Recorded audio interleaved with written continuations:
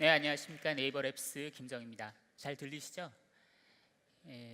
저는 작년에도 데뷔해서 딥러닝에 대한 주제로 말씀을 드렸는데 올해도 똑같은 주제로 또 한번 속편을 말씀드리게 됐네요. 흥행하는 영화 속편이 잘 없다고들 하는데 살짝 걱정도 되고, 하지만 부족하지만 여러분들이 조금이라도 도움이 되는 것을 얻어갈 수 있으면 보람이겠습니다. 먼저 혹시 딥러닝이나 기계학습을 한번 써보신 분? 네, 대부분이 아니군요. 네. 그래서 다행히 제가 오버뷰를 잠깐 하도록 하겠습니다. 오버뷰를 잠깐 말씀을 드리고, 그 다음에 네이버에서는 딥러닝 어떤 쪽으로 연구를 하고 있고 어떤 성과들이 있었는지 주된 내용으로 오늘 이걸 말씀을 드리고, 그 다음에 끝으로 다들 그렇게 딥러닝 하는데 이제 딥러닝 이제 나왔으니까 모든 게 끝인가? 이걸로 이제 게임 셋인가? 그거 한번 생각해 봐야 할 필요가 있을 것 같아서 요거 마지막으로 한번 생각해 보고 마치도록 하겠습니다. 먼저 딥러닝 오버뷰를 간략하게 말씀을 드리면, 딥러닝이라는 게 다들 뇌, 인공지능, 뇌를 본따느니 막 이런 말을 하는데 사실 저는 이제 엔지니어고 그런 건 잘 모르겠고요. 기계학습입니다. 머신러닝인데 뭘 가지고 하는 머신러닝이냐 하면은 딥 뉴럴 네트워크를 가지고 하는 머신러닝입니다. 그러면 이제 딥 뉴럴 네트워크를 가지고 하는 머신러닝이라고 하는데, 그러면 머신러닝이 뭔지 알아야겠죠. 그럼 머신러닝이라는 건 어떤 우리가 학습시킬 엄청난 많은 데이터를 모읍니다. 일단 그 학습시킬 데이터를 많이 모아서 그걸 어떤 규칙을 찾아내는 거죠. 모델링이라고 하죠. 어떤 룰을 찾아냅니다. 어떤 룰을 찾아내느냐, 우리가 원하는 인포메이션을 찾아내는 어떤 규칙을 모델링하는 것이 머신러닝입니다. 이게 각 어플리케이션에 적용되면 음성인식이 될 수도 있겠죠. 어떤 음성 파형을 많이 모아서 그걸 모델링을 해서 어떤 텍스트를 뽑아낸다. 그러면 그건 이제 음성인식이 되겠고, 그 다음에 어떤 한 랭귀지와 다른 랭귀지 간의 상관관계를 모델링을 해서 나는 소년이다, 이런 인풋을 넣어줬을 때 I'm a boy 이런 영어가 나오면 이건 기계 번역이 되겠죠.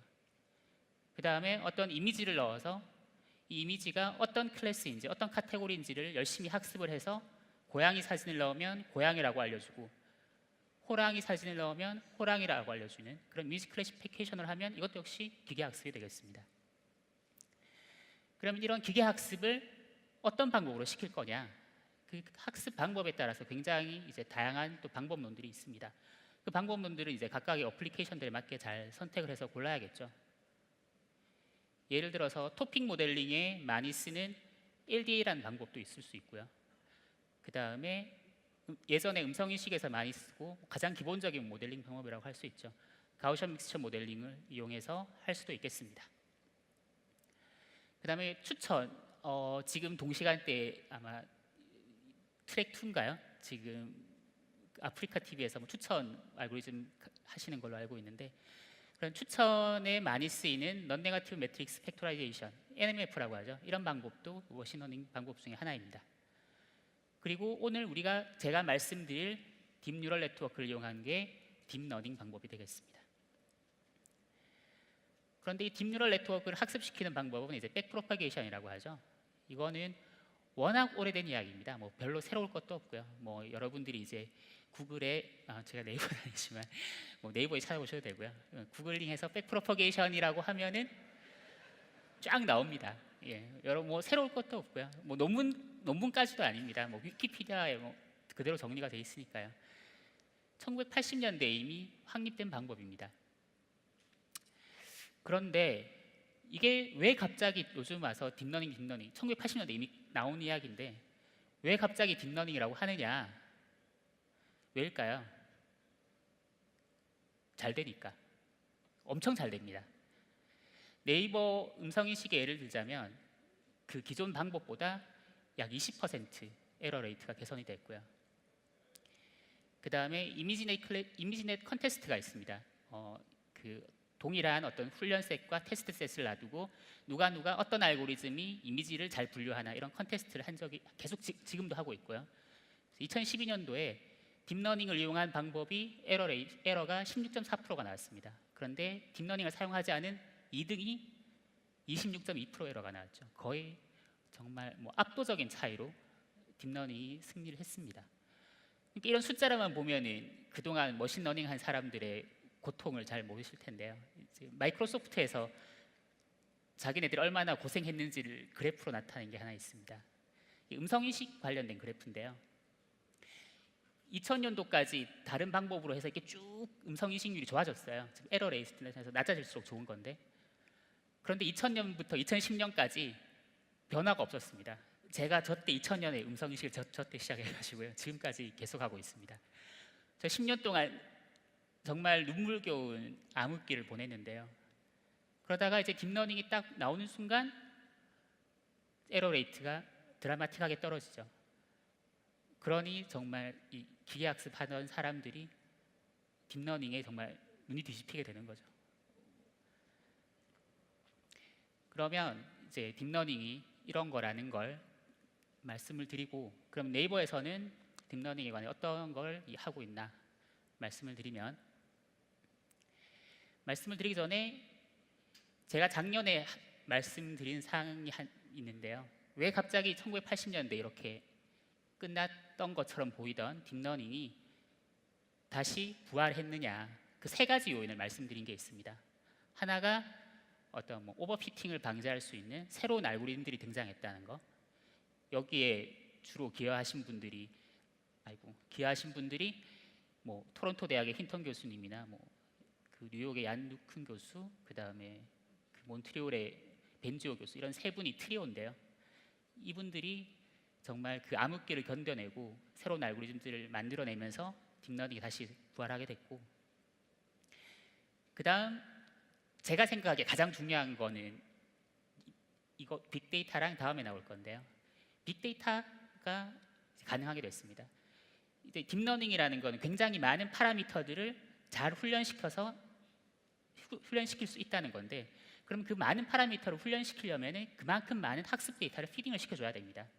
그런데 예전에는 그만한 빅데이터가 없었죠. 그런데 지금 인터넷 시대, 네이버나 구글이나 그런 많은 빅데이터를 소유하게 되면서 그걸 훈련이 가능하게 되었죠.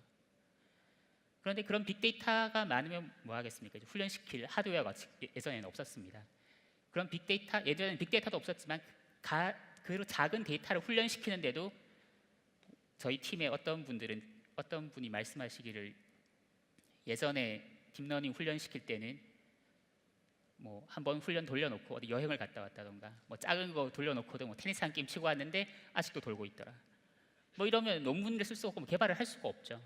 그런데 지금은 굉장히 이제 하드웨어가 많이 좋아져서 이제 제가 다른 회사 광고하는 건 아니지만 엔비디아의 이제 타이탄 같은 경우에는 이제 PC에 꽂을 수 있는 GPU인데 가격이 한 100만 원 정도? 그 정도 하는데, 그 정도만으로도 그 지금 많이들 연구되고 있는 CNN이나 그런 것들을 충분히 훈련시켜 볼 수가 있습니다.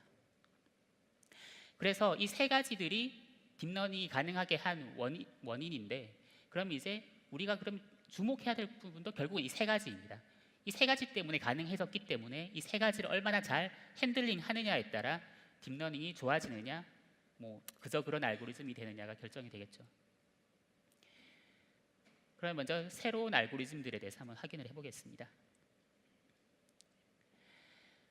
이게 좀 전에 말씀드린 그 이미지 컨테스트에서 2012년도 1등을 한 그 딥 뉴럴 네트워크의 구조가 되겠습니다. 여기서 레이어가 한 8개 정도 되는데요. 저희도 이 구조를 기본으로 사용해서 약간 이제 에디트하긴 했지만 이 구조를 기본으로 해서 올 9월 달에 이런 서비스를 이제 출시를 했습니다. 어떤 서비스냐 하면은, 여러분 엔드라이브나 꼭 엔드라이브만 아니라도 구글 드라이브 그런 클라우드를 많이 사용을 하실 텐데, 여러분들이 이제 사진을 찍으면 그냥 엔드라이브 이런 쪽에 쭉 업로딩만 되지 않습니까? 저도 마찬가지고 그거 잘 정리 안 하시잖아요. 그냥 쭉 계속 쌓아두시기만 하는데, 그 쌓아둔 사진을 내용 기반으로 분류를 해주는 겁니다. 어떤 메타 정보도 없이 이미지 딱 그림만 보고, 예를 들어서 저렇게 막 쌓여 있는 그림에서 동물 사진만 찾아줘 라고 할 경우에 동물 사진만 이미지 내용을 보고 찾아주는 거죠. 아니면 음식 사진만 찾아줘. 그런 식으로 이미지 그림만 보고 찾아주는 겁니다. 예전에는 이걸 하기 위해서 뭐 메타 정보를 사용하거나 뭐 그런 등등등 기타 정보를 많이 사용했는데, 지금은 딱 그런 그 정보만을 가지고, 이미지만을 가지고 분류를 해주는 거죠. 그래서 앞으로 잠깐 돌아가면 지금 한 여기서 8개 정도 히든 레이어를 썼는데, 올해 구글에서 그 이미지 컨테스트에서 1등을 먹었습니다. 이게 지금 히든 레이어가 한 몇 개로 보이시나요? 이게 발표되기로 한 22개라고 합니다. 22개 히든 레이어를 사용해서 구글이 에러가 얼마가 나왔냐면 약 한 7% 정도가 나왔습니다. 2012년도보다 2배가 좋아졌죠. 2012년도에 한 14, 16% 정도가 나왔으니까. 그런데 그러면 앞에 2012년도에 그 사람들은 뭘 잘 몰라서 8개만 쓴 게 아니거든요. 구글은 뭐 데이터가 뭐 머신이 좋아서 그냥 막 쌓은 건가? 절대로 그게 아니거든요. 이렇게 많이 쌓기 위해서는 그 안에 또 다른 알고리즘이 필요합니다. 그냥 무턱대고 딥하게 쌓으면은 딥러닝이라고 그냥 오케이 딥하게 쌓아보자, 뭐 레이어만 계속 늘려, 이렇게 해서 훈련이 되는 게 아니라는 거죠. 그래서 여기 학교에 계신 분들이 혹시 계시면, 제 생각에는 학교에 계신 분들이 포커싱 해야 될 부분은 이쪽이 아닌가 싶어요. 예를 들어서 이미지 컨테스트 같은 경우에는 딱 모두가 페어하게 딱 학습시켜야 될 데이터 정해져 있고 테스트해야 될 데이터 정해져 있습니다. 이제 거기서 얼마나 새로운 알고리즘을 개발하고 딥하게 쌓는 걸 가능하게 하는 그런 알고리즘을 개발해야 되는데요. 그러면 왜 무턱대고 딥하게 쌓으면 안 되느냐? 이게 기본적인 아주 간단한 딥뉴럴 네트워크인데, 이걸 훈련시키려면은 백프로파게이션을 시켜야 된다고 말씀을 드렸죠. 근데 백프로파게이션이 뭐가 역전이 되고 있는 거, 역으로 전이되고 있는 거냐 하면은 에러가 아니라 에러의 미분값이 전이가 됩니다. 여기서 미분값에 포인트를 두셔야 되는데요. 제가 무슨 말씀을 드리고 싶은 거냐 하면은, 여러분 케오스 이론이라고 들어보셨죠? 뭐 어디서 나비가 날갯짓을 하면은 저 뭐 대륙 반대편에서는 뭐 태풍이 불더라, 뭐 이런 이야기지 않습니까? 그게 무슨 이야기냐 하면은, 어떤 미분 방정식을 풀 때 굉장히 작은 초기 조건의 변화만으로도 실제 결과는 엄청난 게 바뀌는 파괴적인 결과가 나올 수가 있다는 거죠. 마찬가지로 이 딥러닝의 백프로파게이션도 미분값을 전이하는 거기 때문에 레이어가 깊어지면 깊어질수록 작은 에러 값의 변화만으로도 밑에 가서는 엄청나게 에러가 폭발할 수 있거나, 그래서 뭐 훈련이 안 되는 경우가 생기거나, 아니면 반대로 굉장히 많은 에러가 있었는데 끝에 가서는 아무런 훈련시킬 수도 없는 그 에러가 사라져버리는 그런 결과가 나타날 수가 있습니다. 뭐 예를 들자면 지금 우리나라에서 태풍이 불고 있는데 미국에서는 뭐 아무 일도 없는 것처럼 그렇게 생각하는 거랑 똑같은 거죠. 날씨가 어떤 미분 방정식의 가장 복잡한 케이스인데요. 딥러닝도 마찬가지입니다. 어떤 레이어가 깊어지면 깊어질수록 학습하기가 어려워지는 거죠. 그래서 그냥 단순하고 나이브한 방식으로는 훈련이 안 됩니다. 그래서 구글 같은 경우도 그 안에 그냥 막 쌓은 게 아니고 굉장히 걔들만의 테크닉들이 들어가 있는 거거든요. 이제 그런 것들이 아마 페이퍼가 되고 기술이 되지 않을까 싶습니다. 그런 학습시키기 어려운 딥한 네트워크의 대표적인 케이스가 또 리커런트 뉴럴 네트워크라는 게 있어요. 이 리커런트 뉴럴 네트워크라는 게 제가 생각하기에는 딥러닝의 끝판왕이 아닌가 그런 생각이 드는데요. 이게 어떤 거냐면 시계열 데이터를 분석하는 겁니다. 시계열 데이터, 시퀀셜한 데이터를 분석하는 건데요. 예를 들면 시퀀셜한 데이터는 어떤 게 있겠어요? 뭐 비디오 같은 게 있거나 뭐 로보틱스의 어떤 행동을 제어할 때 그 행동도 결국엔 시퀀스지 않습니까? 그 다음에 아니면 랭귀지 모델 같은 거. 랭귀지 모델이라는 거는 이제 어떤 단어가 말이 쭉 나왔을 때 다음 말이 무엇인가 그런 걸 예측하는 게 랭귀지 모델인데요. 그런 시퀀셜한 데이터를 분석하는 게 리커런트 뉴럴 네트워크인데, 이게 시간축으로 쭉 딥하게 쌓는 겁니다. 시간축으로 쌓는 건데, 그러면 시간축으로 예를 들어서 과거에 한 100번째 뒤에 거를 보겠다? 그러면 그냥 이야기하면은 히든 레이어가 100개 되는 겁니다. 뭐 1000번째 과거를 보겠다? 그럼 히든 레이어 1000개 되는 거거든요. 그럼 이거를 분석을 해야 되는 거예요. 훈련을 시키고 이렇게 히든 레이어 100개. 이제 아까 이걸 훈련시키자니 예전에는 이제 그런 문제들이 생겼던 거죠. 막 에러가 폭발하거나 에러가 사라져 버리거나. 그래서 독일의 한 교수님이 이런 것도 제안을 하셨어요. 롱 숏텀 메모리라고. 어떤 노드 하나하나를 어떤 그 전자공학계에서 반도체 트랜지스터처럼 어떤 게이트를 두고 전류를 가졌다가 나중에 내보내는 것처럼 에러를 품었다가 내보내기도 하고 에러를 너무 크면 없애기도 하고 저기서 컨트롤을 하는 거예요. 그래서 그런 메모리를 두고 학습을 시키는 방법도 제안이 됐습니다. 그래서 저희가 전에 말씀드린 이 LSTM 방법으로 랭귀지 모델을 훈련을 시켜봤어요. 랭귀지 모델에 대해서 혹시 모르시는 분들이 계실까 봐 잠깐 설명을 드리면 어떤 단어의 열을 예측을 하는 거예요. 다음 단어가 뭔지를 예측을 하는 건데요. 그게 쓰임새가 뭐가 있냐 하면은 음성인식 같은 경우에 예를 들어서 음성인식 같은 경우에 발음이 같아도 말이 다르잖아요. 위성이 지구 궤도를 돌고 있다, 뭐 궤도 루팡을 읽었다. 발음은 똑같거든요. 그런데 이제 다음 말이 뭘지를 예측하는 건 결국에 그 단어들 간의 상관관계를 보고 파악을 해야 되는 건데 그게 랭귀지 모델입니다. 뭐 번역도 마찬가지겠고요. 그런 걸 했더니 이 RNN으로 훈련을 시켰더니 기존 방법에 비해서 예측 정확도가 약 20% 향상이 됐습니다. 이제 뭐 이게 약간 너무 약 파는 느낌이 들기도 한데 딥러닝으로 하면은 거의 뭐 그냥 1, 2% 오더는 잘 안 나오죠. 한 10% 오더로 항상 개선이 되고 합니다. 그래서 이런 새로운 방법들, 뭐 LSTM 방법이나 아니면 아까 구글에서 그런 그 CNN을 딥하게 쌓았던 같은 경우, 뭐 네트워크라는 방법을 옥스퍼드 대학 쪽에서 했던 뭐 그런 거를 사용하기도 했는데요. 그런 새로운 알고리즘을 꾸준히 개발해서 좀 더 딥하게 쌓아서 딥한 네트워크를 훈련시킬 수 있는 새로운 알고리즘도 계속 연구가 되고 있고 저희도 지금 같이 하고 있는 상황입니다. 그 다음에 필요한 게 빅데이터죠. 제가 보기에는 이거 이제 굉장히 중요하고 어찌 보면은 딥러닝 때문에 오히려 저는 개발하기가 더 안 좋아졌다고 생각이 드는데요.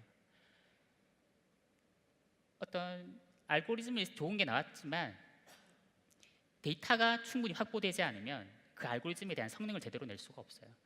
아까 뭐 딥하게 계속 쌓아도 그걸 충분히 훈련시킬 만한 데이터가 없다면 그게 무용지물이거든요. 그래서 오히려 어찌 보면 실제 이런 서비스를 개발해서 출시하기까지 오히려 굉장히 큰 허들이 생겼다고 할 수 있습니다.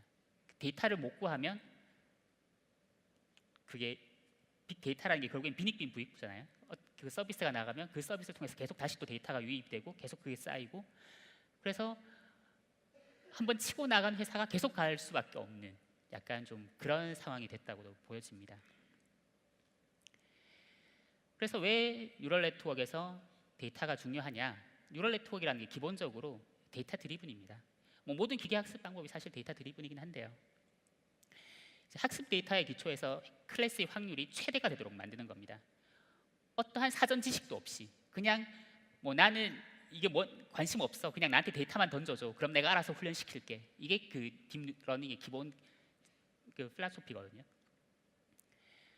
그래서 학습 데이터를 그대로 모사합니다. 이게 뉴럴 네트워크의 최대의 장점이자 최대의 단점이에요.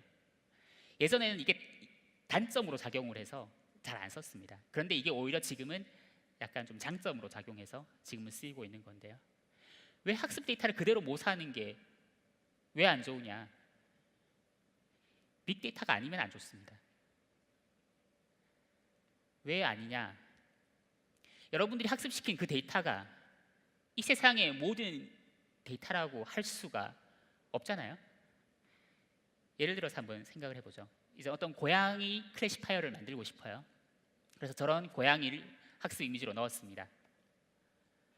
넣고 또 이것도 이제 학습 이미지로 넣었어요. 이런 고양이 이미지를 쭉 학습 이미지를 넣었는데 이제 이런 걸 인식하라고 한 거예요.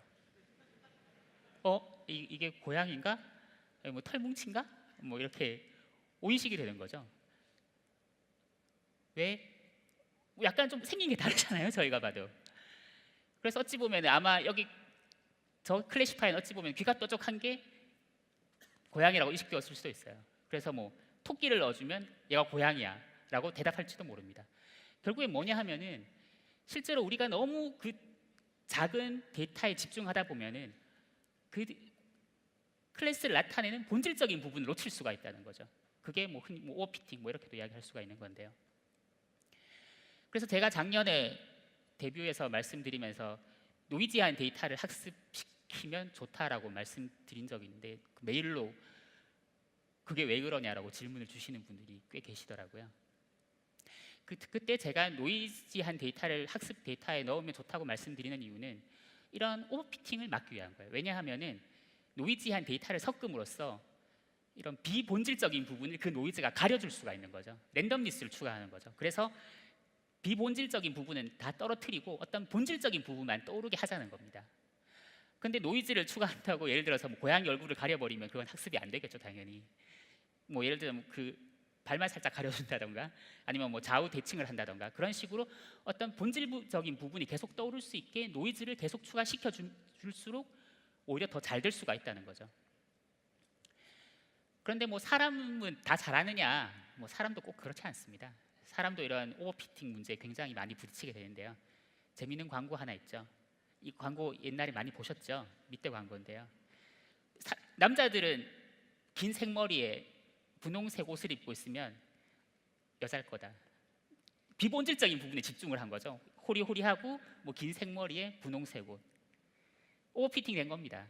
제대로 학습을 못한 거죠. 뭐 기계나 인간이나 뭐 비슷해요. 그래서 뭐 이런 이제 잘못하면 서비스가 이렇게 되는 거죠.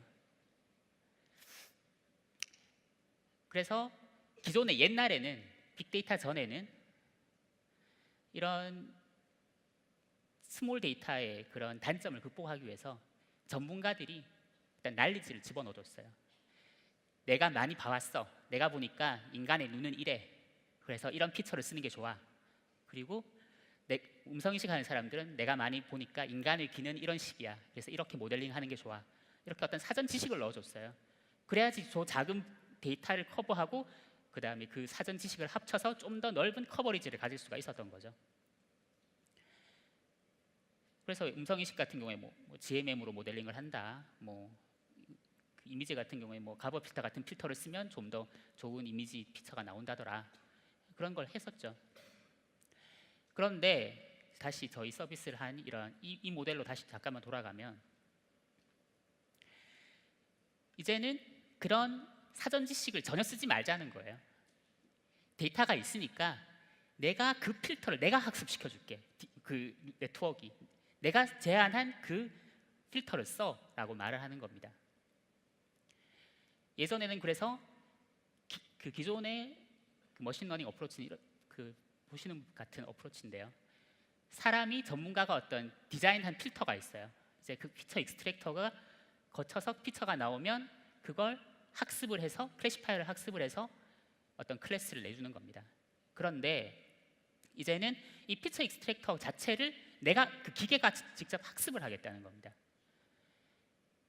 그래서 저는 동그라미 되어 있는 부분들이 실제로는 예전에 직접 인간이 디자인해줬던 그런 부분들이에요. 그런데 이제는 기계가 학습을 하는 겁니다. 이미지를 혹시 하신 분들이 여기 계시는지 모르겠는데 이미지에서 필터라는 걸 적용해서 피처를 뽑을 때 어떤 필터가 있고 쭉 슬라이딩하면서 컨볼루션을 합니다. 그 동작은 이 컨볼루션 뉴럴 네트워크에서 동일하게 동작을 해요. 다만 그 컨볼루션 하는 그 필터의 값 자체를 훈련을 해서 만들어내겠다는 거죠. 인간이 지정해 주는 게 아니라. 그러면 당연히 더 잘 됩니다. 왜? 더 잘 되게 그 목적에 맞게 나오라고 훈련을 시켰거든요. 그런데 그러면 거기서 발생할 수 있는 단점이 뭐냐? 만약에 아까 조금 전에 말씀드렸던 것처럼 데이터가 적을 경우에는 오버피팅이 나면서 내가 학습한 그 밖의 데이터는 볼 수가 없는 거죠. 그러면서 에러가 더 커지게 되는 겁니다. 그런데 지금은 이제 데이터가 있다는 거죠. 데이터가 있으니 저 학습한 필터를 믿으라는 겁니다. 그래서 실제로 학습되어 있는 필터를 이미지화시켜서 보여주면은 실제로 이미지에서 많이 쓰여지는 그런 필터와 굉장히 유사합니다. 뭐 방향 나타내주는 거 있고, 뭐 격자 무늬 같은 것도 있고, 실제로 이렇게 학습되어 있는 이제 필터를 사용하라는 거죠. 그래서 뭐 리프레젠테이션 러닝이라고 어떤 학습 그 표현을 배우는 것이라고 딥러닝은 이야기하기도 합니다. 그래서 이제 지금은 이 빅데이터가 예전에 작은 데이터와 이전의 프라이어 날리지를 합한 것보다 훨씬 더 넓은 커버리지를 가질 수 있게 되었다는 거죠. 그렇기 때문에 딥러닝이 지금 뜨고 있는 거고, 만약에 여러분들이 테스트하고 어떤 태스크가 이 프라이어 날리지와 스몰 데이터의 커버리지보다 더 작다면 그럼 딥러닝을 할 이유가 없는 거예요. 딥러닝 하면 더 성능이 안 좋습니다. 그런데 이제 여러분들이 이제 데이터를 충분히 확보해서 어떤 그 커버리지를 이상을 간다 그러면 이제 딥러닝을 써야 되는 거죠. 그러면 이제 뭐 전문가들은 손 놔야 되느냐? 당연히 아니겠죠. 제가 여기 그림에도 살짝 보여드리는 것처럼 모르겠어요. 뭐 누구가 내가 이 세상의 모든 데이터를 가지고 있다고 자신할 수 있는지, 그렇게 자신할 수 있는 사람은 없겠죠. 그래서 아무리 많은 빅데이터를 가지고 있다고는 하지만 그게 뭐 진짜 이 세상의 모든 데이터이겠습니까? 그래서 모든 커버리지는 당연히 불가능할 테니까 그 커버리지를 좀 보완해 줄 수 있는 그런 사전 지식은 프라이어 날리지는 계속 연구돼야 할 텐데, 이제 그게 힘들어진 건 사실이죠. 왜냐하면 빅데이터 이만큼 커버하고 있는데 그 커버 못한 부분을 찾아서 연구를 해야 되는 거니까 그 부분은 이제 힘들 수는 있습니다.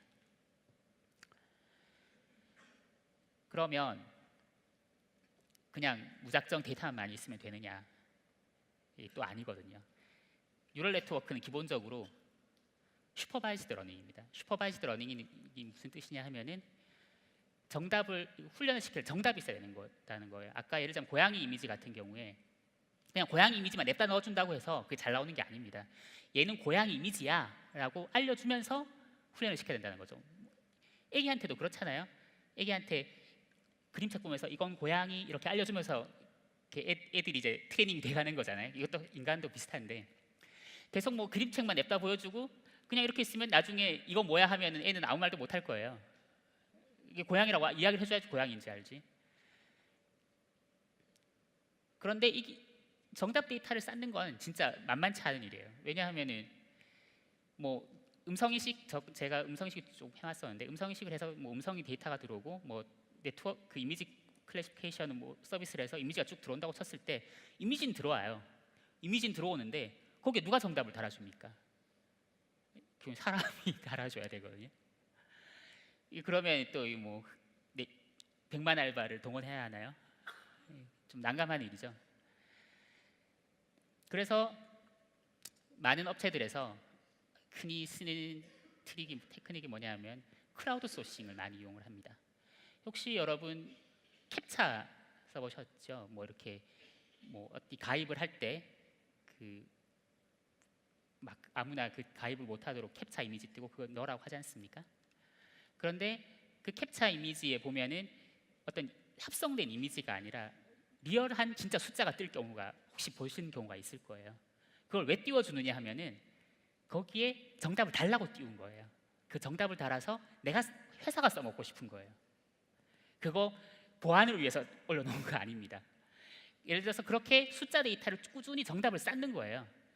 여러분들의 노동력을 이용해서. 그래서 OCR 같은데 학습 데이터로 던져놓고 싶은 겁니다. 그래서 예를 들자면 뭐 어떤 타 회사 같은 경우에는 그렇게 해서 엄청난 OCR 데이터를 막 수정을 해가지고 스트릿 뷰에서 OCR을 적용해서 엄청난 성능을 향상을 시켰죠. 그러니까 결국에는 좀 사람 손에 타는 부분이 있을 수밖에 없는데 그건 이제 그런 식으로 크라우드 소싱으로 해결을 하기도 하고, 이제 연구되어야 할 부분은 제가 흥미 있는 부분이기도 한데요. 이제 세미 슈퍼바이즈드 러닝으로 가야 한다고 생각을 합니다.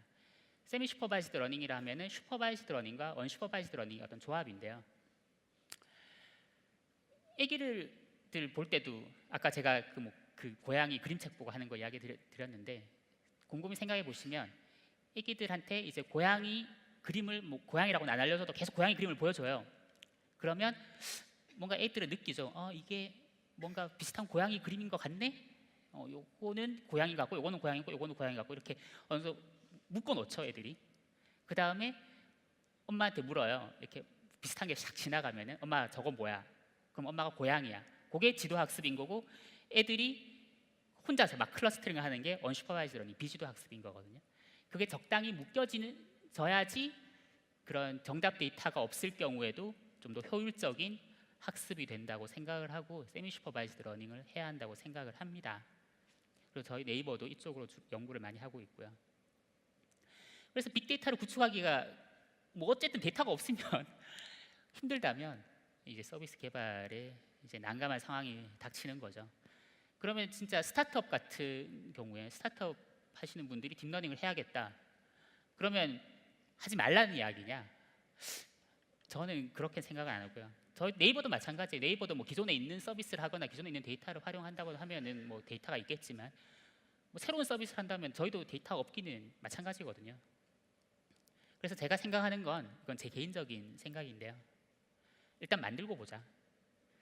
일단 만들고 베타 서비스 하자. 그러면 데이터는 꾸준히 들어옵니다. 네이버도 뭐 그런 스타일로 많이 하기도 하고요.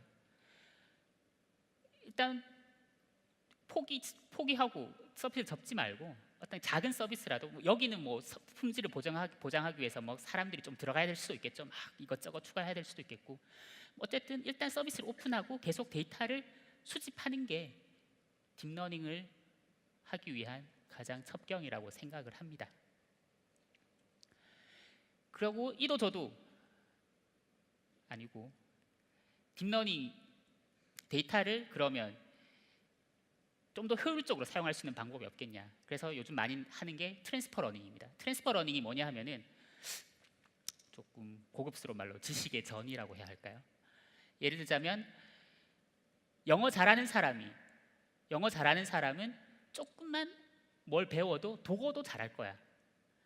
아니면 중국어 한자 잘하는 사람들은 조금만 배우면 일본어도 잘할 거야. 그런 식의 생각을 하는 거죠. 그래서 유사한 도메인에 있는 데이터를 다른 도메인이랑 같이 쓰는 겁니다. 그러면 데이터가 뭐 반반이라도 합치면은 크겠죠. 그런 식으로 데이터를 쉐어하는 겁니다. 예를 들자면 이미지라고 치면은 이런 끝부분을 어떤 피처 익스트랙터 느낌으로 생각을 하는 거죠. 그래서 예를 들어서 어떤 이미지 클래스에 굉장히 잘 훈련된 이런 네트워크가 있다고 하면은 눈이 잘 훈련된 거잖아요. 눈이 야 이제 너는 뭔가 피처를 잘 뽑게 된 넌 눈을 가졌어. 그리고 이제 위에 클래시파이어는 날려버리고 새로운 태스크를 그 눈한테 주는 거죠. 이제 너는 눈 잘 훈련됐으니 이 눈으로 좀 더 다른 일을 해봐 라고 시키는 겁니다. 음성인식도 마찬가지고요. 너는 한국어를 잘 들을 수 있는 귀를 훈련을 시켜줬으니 이제 일본어 조금 던져줄게. 그러면 이제 너 귀 잘 만들었으니까 일본어도 들어봐 라고 하는 거죠. 그래서 저희가 이런 형태로 일본어, 영어 음성인식 엔진도 개발을 했습니다. 굉장히 한국어에 비해서는 소량의 데이터를 가지고 훈련을 시켰음에도 불구하고 한국어와 거의 유사한 정확도를 얻을 수가 있었습니다. 이런 식으로 해서 이제 많은 회사들이 초기에 서비스 런칭할 때 그 품질을 떨어뜨리지 않고 출시를 하고 있어요. 예를 들자면 네이버 같은 경우에는 한국어는 음성인식은 많이 하지만 뭐 일본어, 영어가 적다. 하지만 이런 식으로 해서 일본어, 영어 서비스를 출시를 하고 구글 같은 뭐 타 회사 같은 경우에는 영어는 많지만 유럽어가 적다. 그러면 이런 식으로 해서 유럽 음성인식 엔진을 출시를 하는 거죠. 그 다음에 세 번째 이야기가 하드웨어입니다. 하드웨어라고 제가 적어는 뒀지만 하드웨어라기보다는 어찌 보면 스피드 문제죠. 스피드. 얼마나 빨리 훈련을 시키고 얼마나 빨리 인식 결과를 내보낼 건가.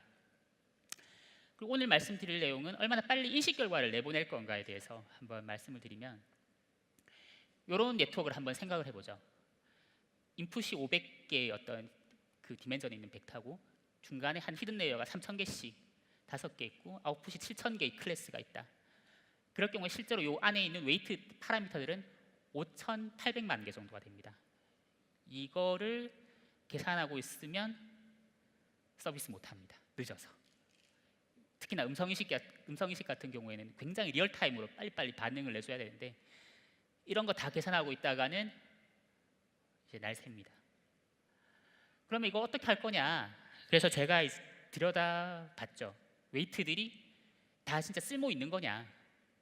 그런데 보니까 다 의미 있는 값들을 가지지는 않더라고요. 굉장히 작은 값들이 있어요.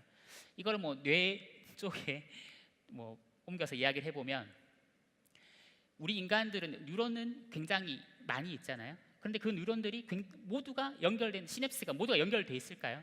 그렇진 않거든요. 이것도 마찬가지예요. 노드들은 다 필요할지 몰라도 그 노드들 간의 연결은 다 필요하지는 않다는 거죠.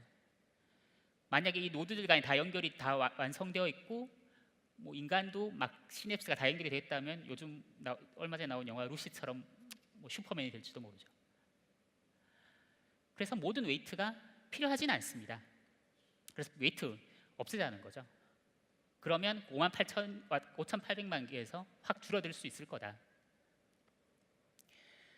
그래서 어떻게 줄일 거냐? 이제 디멘전 리덕션이라는 이제 방법을 쓸 건데요.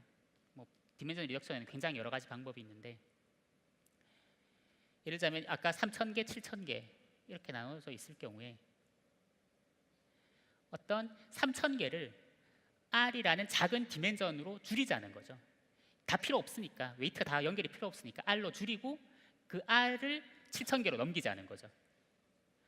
그러면 계산을 해보면 만약에 3,000개, 7,000개라고 했을 경우에 R이 2,100보다 작으면 3,000개의 디멘전을 2,100보다 작게 줄이면 실제로 계산량이 떨어지는 거예요.